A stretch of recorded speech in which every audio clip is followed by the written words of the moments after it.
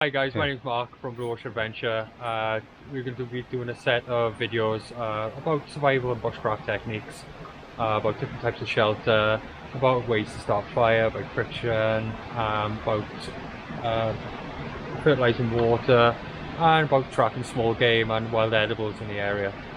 So today we're going to be looking at setting up a tarp and hammock system. Normally in the game you're either a floor dweller or a tree hugger.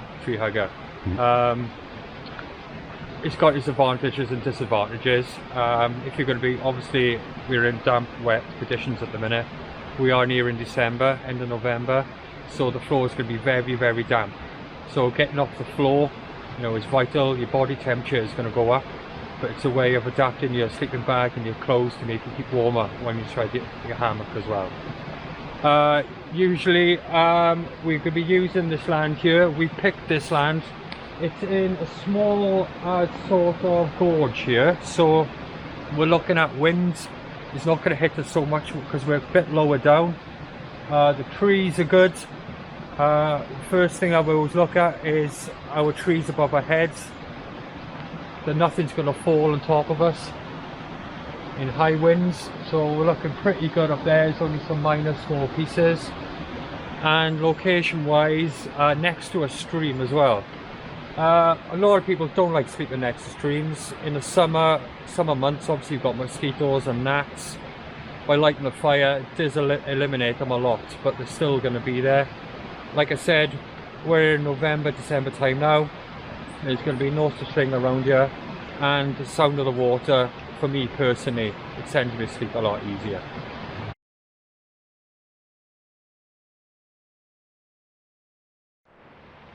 Okay, so picking a spot for your tarp and hammock is obviously ideal. We need two strong trees to take our weight. Because we are camping next to a stream, there's a lot of hazel and willow in the area. These, which I've tested, are quite strong. So we're going to be using these. I'm 6 foot tall, so I'm just going just over my length. So we're aiming between 12 and 13 foot apart. Obviously with the line that you can have, you can change it to any shape you like, but let's go with 12 foot today. Okay, so what I've firstly done as well, when I've taken my rucksack off, I'm using an LK35 bag, which is ample to carry all your goods. I've just chopped out this little bit of willow into a notch here, just to keep my bag off the ground. All your tarmac and harp and everything is going to be under here, so you want to keep it off the ground, keep it nice and dry, and I'll hold it there. Okay, so we're going to start by using our items. We have a roll of paracord, a 550 cord.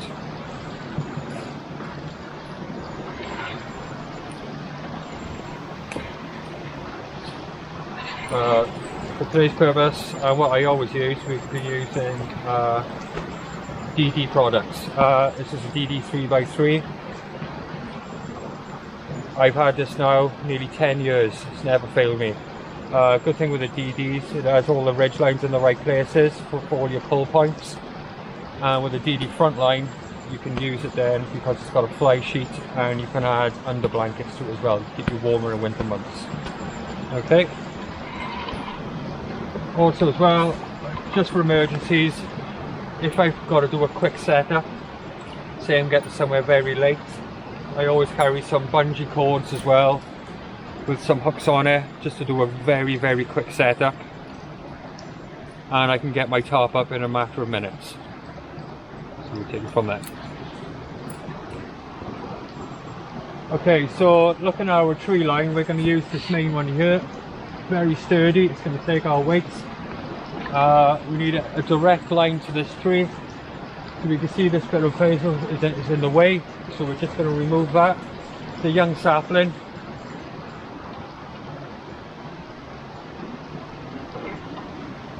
So I'll be using a backhoe Laplander, which I carry with me.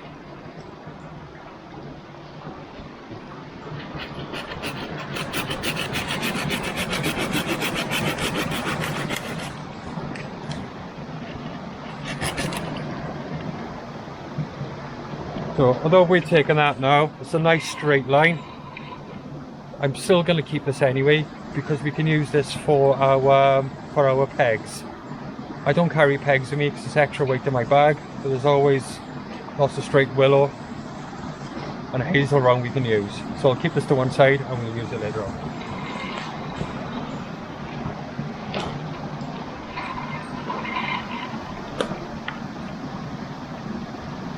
Okay, first of all, again, we want to look at the floor as well. You can see that there's a lot of debris on the floor. When we're putting our tarp up, we're going to be focused on that and not focused where we're putting our feet. So we like to get the area nice and clean.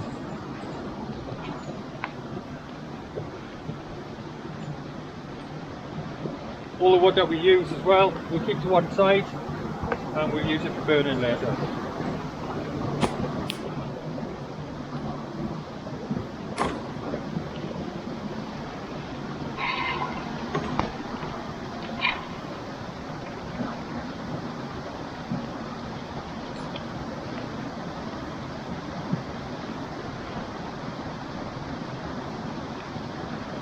The advantages to hammocking is it doesn't matter what the terrain is like.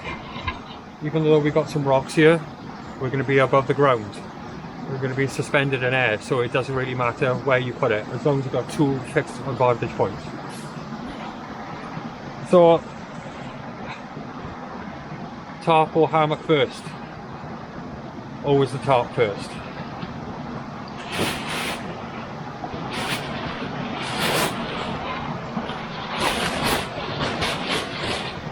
So usually with a hammock, you can set it in a various amounts of formations, but we're going with a straight pitch today. Usually, instead of 8 foot, we want to do it about hand height.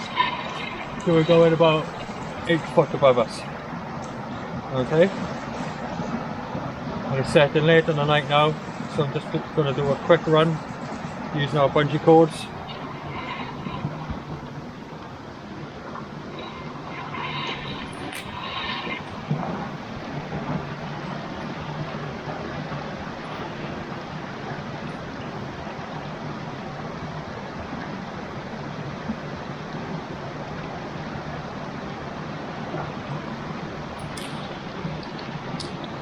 That'll pull us right now when we do the other side.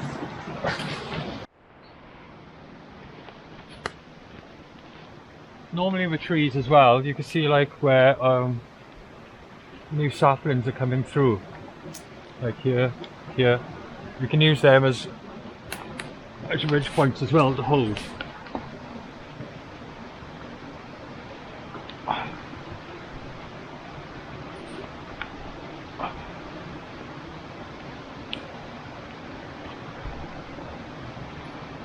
So it's as quick as that.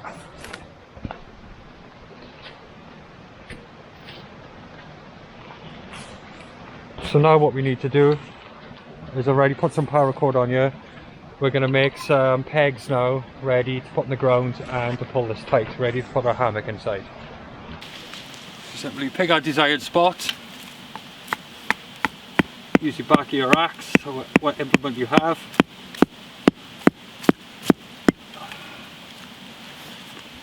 There you go. So you need to do this now at least 4 times. You have got extra bite marks on the DD, but usually 4 is enough. Okay, let's finish them 4. Normally you do a quick release knot, but these times I don't, because I want to use this again. So you wrap the paracord around 3 times, devil's loop, and back in itself, the hitch knot, and pull it up, and it locks tight. So with a quick pull, we're going to adjust it so where we can see the tarp is straightened. Twice, quick loop and back in itself.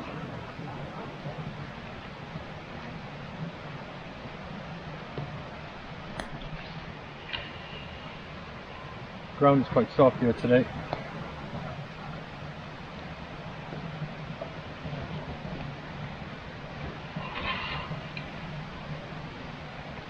Just use my axe.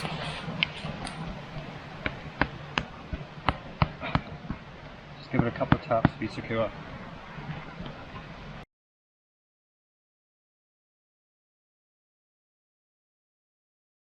We're going to be using the DD hammock, frontline hammock. It weighs 850 grams, not too bad in your pack. It is quite bulky, but for a good night's sleep, always use a hammock. With these, quite simply, they come with a lot of cords to wrap around the tree, and you don't need to know any really hard professional knot making. It's basically like tying a shoelace. So as soon as you tie it onto the tree and your weight goes on it, it tightens, and that's where your grip's going to be. So we take it from the pack.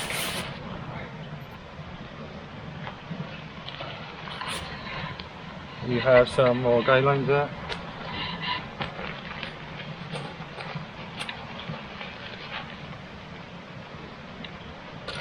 And with these tarps as well, and with these 2 poles, always keep them safe. They are literally to go where your head and where your feet are, and they hold the fly sheet up. Okay, so we're going to put these in first. So the polyester side goes down, and we're just going to find the top. And what you see a little slot there. This is where your first pole goes in.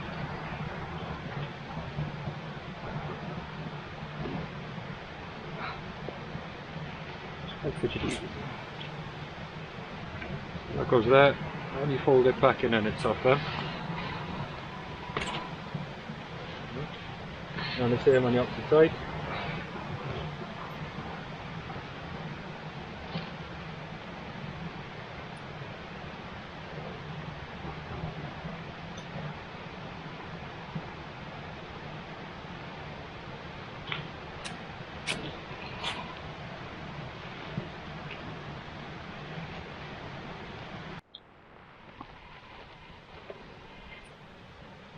So we put our camp poles in. So like I said, this one goes for the head, this one is by the feet, and you can see the shape now. This is your fly sheet, and there's your length. A good thing with hammocks as well, people just tend to lay straight in them, but the way to lay in them is slightly diagonal. But with the front lines, they're so big, you can turn in them as well, so there's ample room. So we're going to set this up now. So we have 2, you can see the length on these are very long. They're almost about 8 foot at least. Still some on the floor. So what we're going to do is put it inside.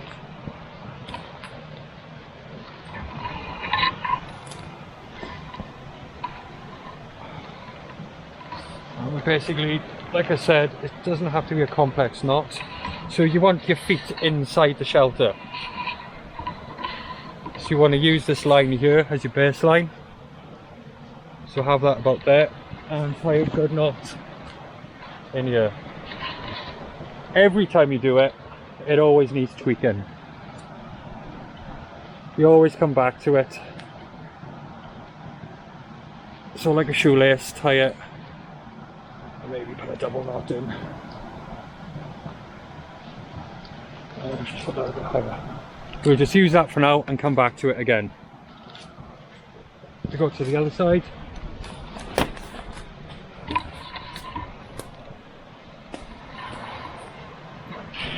Grab our 2 guidelines again. Keeping the hammock inside the tarp.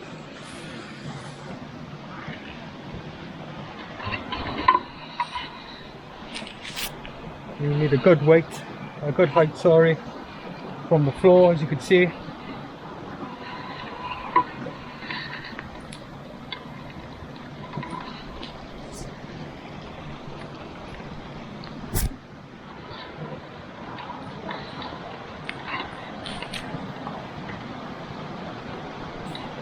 And again, just give it a good knot.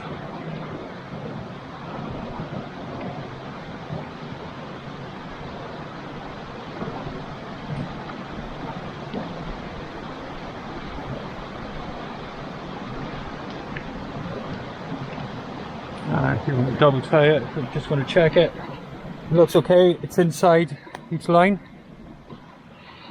Got height off the floor, and just double knot it just to make sure. Okay. So also with a hammock, you will get an extra bit of paracord. But it's not paracord really. It's elasticated. So these are going to go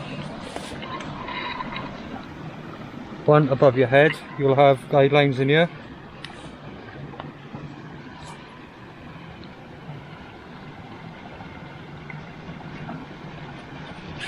One,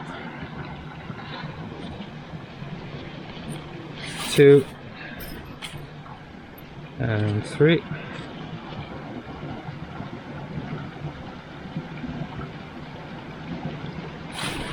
So then this will suspend us above. Put two lines together. So if I come out, this is going to suspend us now above and give us our shape. So what I normally do, I just tie them here to this line and tie them off. And we do the same with the opposite end.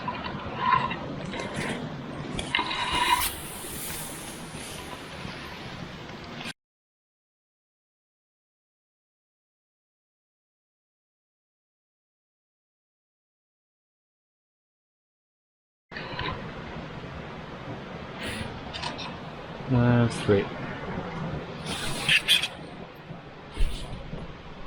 So again, make a good pull, and you can see the shape now.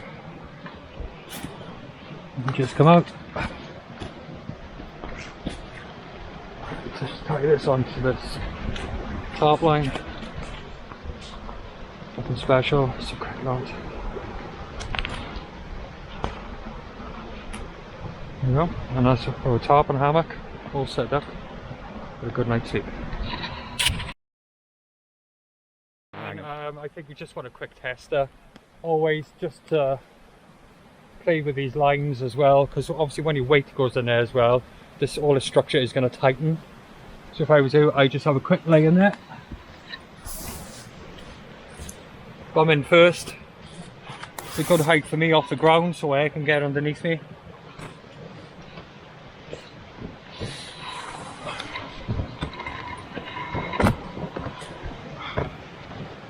Perfect. So like I said, I always try to lay diagonal in them so you get an extra sleep. But with these you can cocoon yourself in quite a lot. There's more space in here than you actually think. Good night everyone.